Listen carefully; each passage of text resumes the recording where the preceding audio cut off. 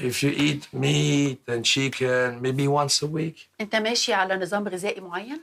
Yeah, maybe animals once a week. Animals, because animals ice, you know, like horse, like falcons, you know, ice, hard.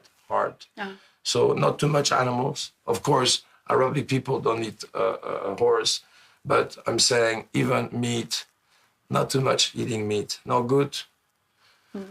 Once a week, maybe maximum.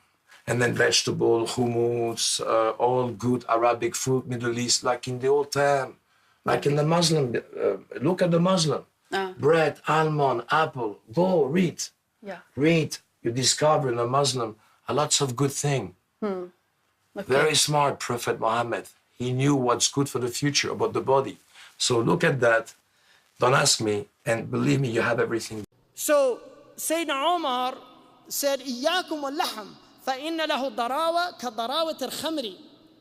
It's in the Muwatta. Beware of meat, because it has an addiction like the addiction of wine. Beware of meat. إياكم واللحم, because it has an addiction like the addiction of wine. We have Muslims now eating meat 3 times a day, and then they're wondering why they have gout, why they have all these diseases. Seriously, start cutting that out. The other thing, I read a book last year called The Caveman's Diet. And in that book, he was arguing, he's not a Muslim. He said everybody should fast at least a month out of the year where they diminish their, this is what he said in his book. He's from LA.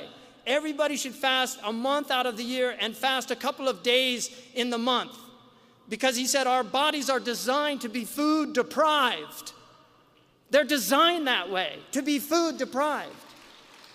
If you want to see an amazing documentary, look at Sick, Fat, and Nearly Dead. Sick, Fat, and Nearly Dead. And you look at the miracle that happens on that.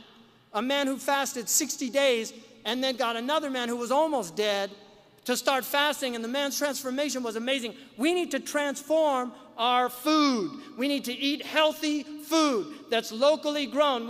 If we're going to eat meat, you shouldn't eat meat more than once a week. Imam Sahar al-Tusturi, one of the conditions when he took on students, one of the conditions he stipulated was they only ate meat once a week. In Maliki fiqh, a rich woman is entitled to meat twice a week. Muslims were semi-vegetarians. The Prophet ﷺ was a semi-vegetarian. He did not eat a lot of meat. This is a fact. You can read it in the seerah.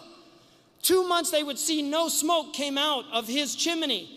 And they would say, what were you eating? They said, al-aswadain. It's in the Sahih collection. Al-aswadain, water and dates. Dates are one of the most beneficial foods in the world.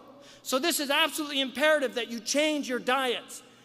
We're eating far too much processed foods. All of this cancer, 1 out of 4 people is getting cancer now. Heart disease, diabetes. 70% of people in some of the Gulf states over 40 have type 2 diabetes. 70%.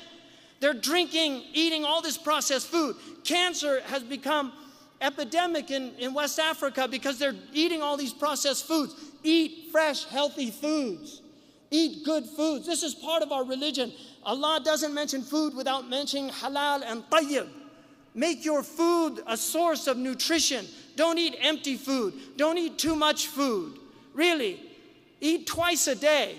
Sahal was asked, he said, what do you say about a man who eats once a day? He said, akul al-anbiya, that's the way the prophets eat. He said, what about twice a day? He said, akul al-salihin. He said, that's the way the righteous eat. And then he said, what about 3 times a day? He said, build for them a trough. Build for them a trough.